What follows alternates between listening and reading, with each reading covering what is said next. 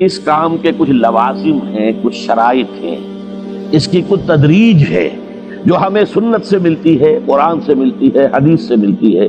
تو میں اس کام کے ضمن میں اس کی وہ تدریجی مراحل اور اس کے لوازم اور اس کی شرائط بیان کرنا چاہتا ہوں۔ سب سے پہلی شرط اول، وہ فارسی کا شعر مجھے یاد آیا کہ در رہے منزل لیلا کے خطر ہاش بسے، شرط اول قدمی نست کے مجنون باشی۔ پہلی شرط یہ کہ مجنون بنو۔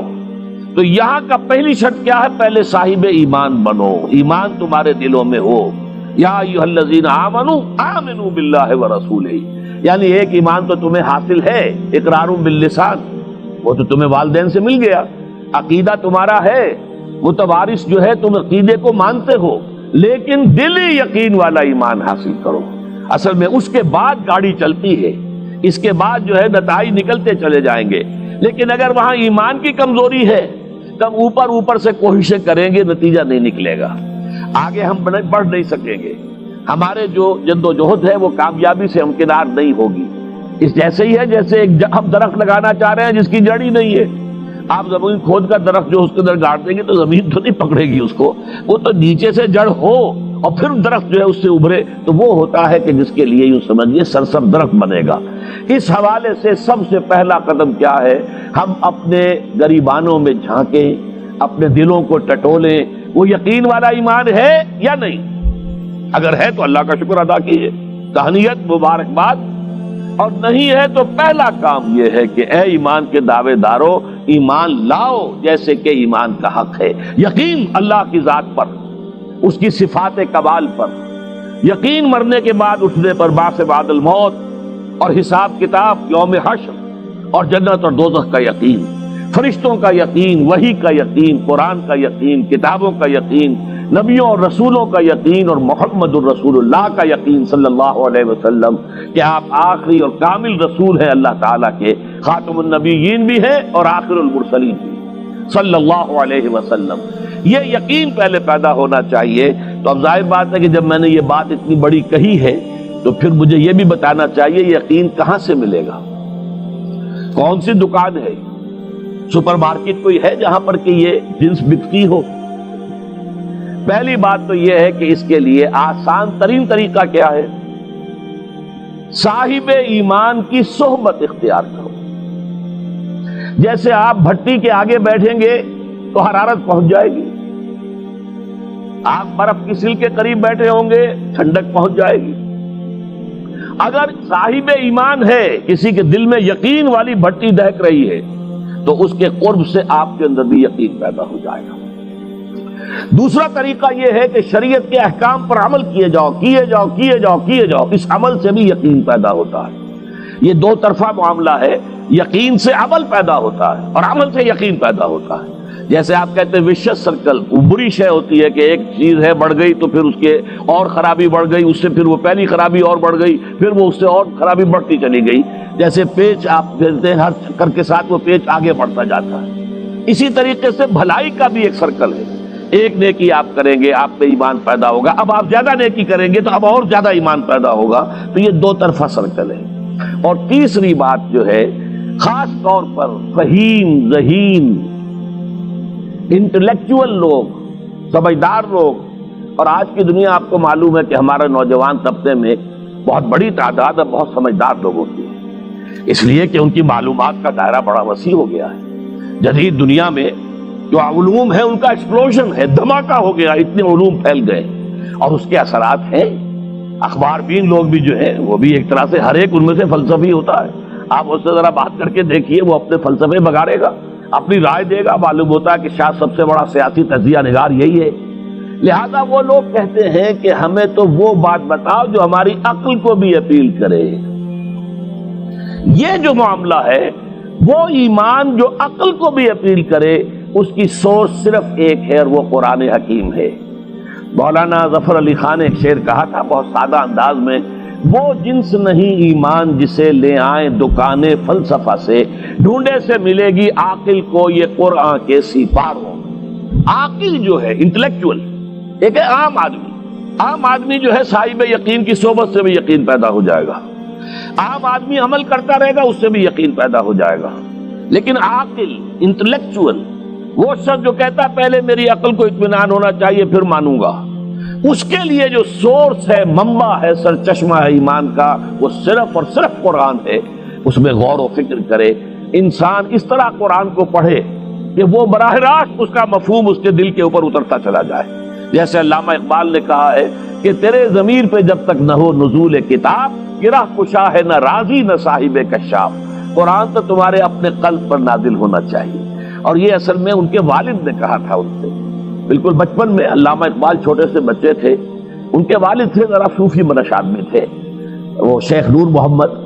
وہ آئے فجر کی نماز مسجد سے پڑھ کر آئے تو دیکھا کہ اقبال جو ہے بچہ وہ قرآن پڑھ رہا بیٹھا ہوا۔ اس نے کہا والد نے کہ بیٹے تم یہ قرآن کیسے پڑھتے ہو؟ اب وہ حیران ہوا بچہ، کیا بچان بس میں پڑھتا ہوں قرآن جیسے پڑھتے ہیں، آپ کا مطلب کیا ہے؟ کہا بیٹے قرآن ایسے پڑھا کرو کہ جیسے یہ تم پر نازل ہو رہا ہے، یوں سمجھو کہ تم پر نازل ہو رہا ہے، تم مخاطب ہو۔ اب اس چیز کو انہوں نے اپنے اس شعر میں ادا کیا، تیرے ضمیر پہ جب تک نہ ہو نزول کتاب، گرہ کشا ہے نہ راضی نہ صاحب کشاف۔ جیسے یہ قرآن قلب محمد پر نازل ہوا تھا، فَإِنَّهُ نَزَّلَهُ عَلَىٰ قَلْبِكَ، جبرائیل نے یہ اے نبی اے محمد آپ کے دل پر اتارا ہے۔ تو جب تک ہمارے بھی دل پر نہیں اترے گا تو قرآن مجید جو ہے وہ ہمیں انسپائر نہیں کر سکے گا۔ ترجمہ آپ پڑھیں گے، کچھ آپ کو معلوم ہو گیا اس کا مطلب یہ ہے، تفسیر پڑھا، اچھا جی ٹھیک ہے فلاں مفسر نے یہ لکھا ہے، فلاں نے یہ لکھا ہے، یہ معلومات تو مل جائیں گی، لیکن وہ اندر سے جو موٹیویشن ہوتی ہے، اندر سے جو جذبہ ابھرتا ہے، اندر سے جو ایمان جو ہے ایک چشمے کی طرح قلب کی گہرائیوں سے ابلتا ہے، وہ نہیں ہوگا۔ وہ اسی وقت ہوتا ہے کہ جب وہ انٹلیکچوئل آدمی جو ہے وہ کم سے کم اتنی تکلیف ضرور کرے کہ اتنی عربی سیکھ لے کہ عربی جو ہے قرآن مجید اس کے براہ راست قلب پر نازل ہو سکے، وہ ترجمہ نہ دیکھے۔ اب ایک آیت پڑھی پھر ترجمہ دیکھا، پھر دیکھا اس میں نمبر 11 لکھا ہوا ہے، حاشیہ میں جا کر دیکھا نمبر 11 یہاں ہے، وہ دیکھا، تسلسل تو ٹوٹ گیا۔ اب وہ بات نہیں رہی۔ اور ترجمہ جو ہے وہ سبھی جانتے ہیں، دنیا میں ہر بچہ بھی سمجھ لے گا کہ غالب کا کوئی شعر ہو اور وہ آدمی پڑھ کے جھوم جاتا ہے کہ کیا بات کہی، اسی کا انگریزی میں ترجمہ کر دیجیے، اب اس میں کچھ بھی نہیں۔ آپ نے مفہوم تو بیان کر دیا انگریزی میں، لیکن جو تاثیر ہے اس غالب کے شعر کی وہ انگریزی میں منتقل نہیں ہو سکتی۔ تو قرآن مجید کا کچھ نہ کچھ مفہوم تو ترجمے سے معلوم ہو جائے گا، قرآن کی تاثیر ترجمے سے نہیں حاصل ہو سکتی، تفسیر سے نہیں حاصل ہو سکتی۔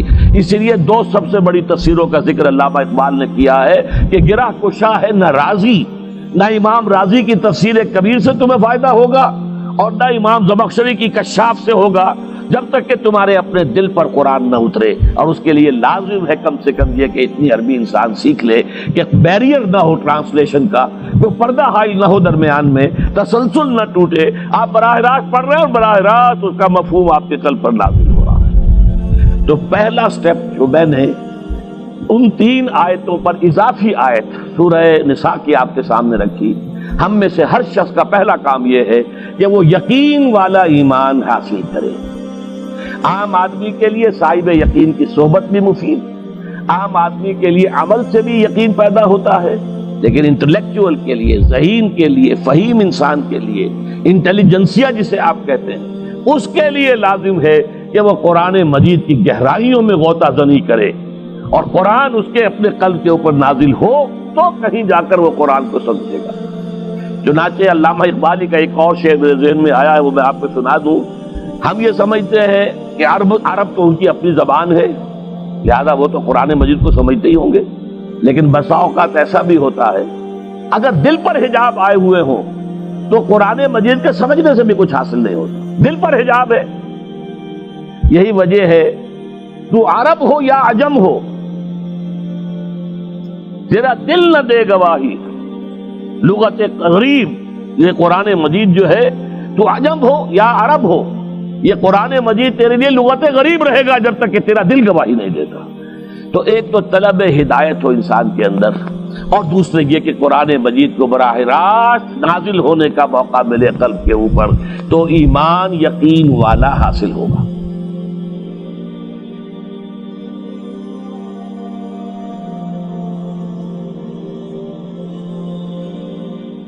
میرا دل برماہی نہیں آیا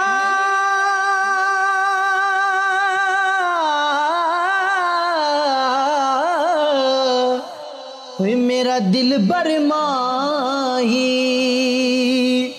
ایویں بول نہ جھوٹے آکاں تو جھوٹا تیرے اوے بول بھی جھوٹے تینوں تاڑی مار اڑا تو جھوٹا تیرے بول بھی جھوٹے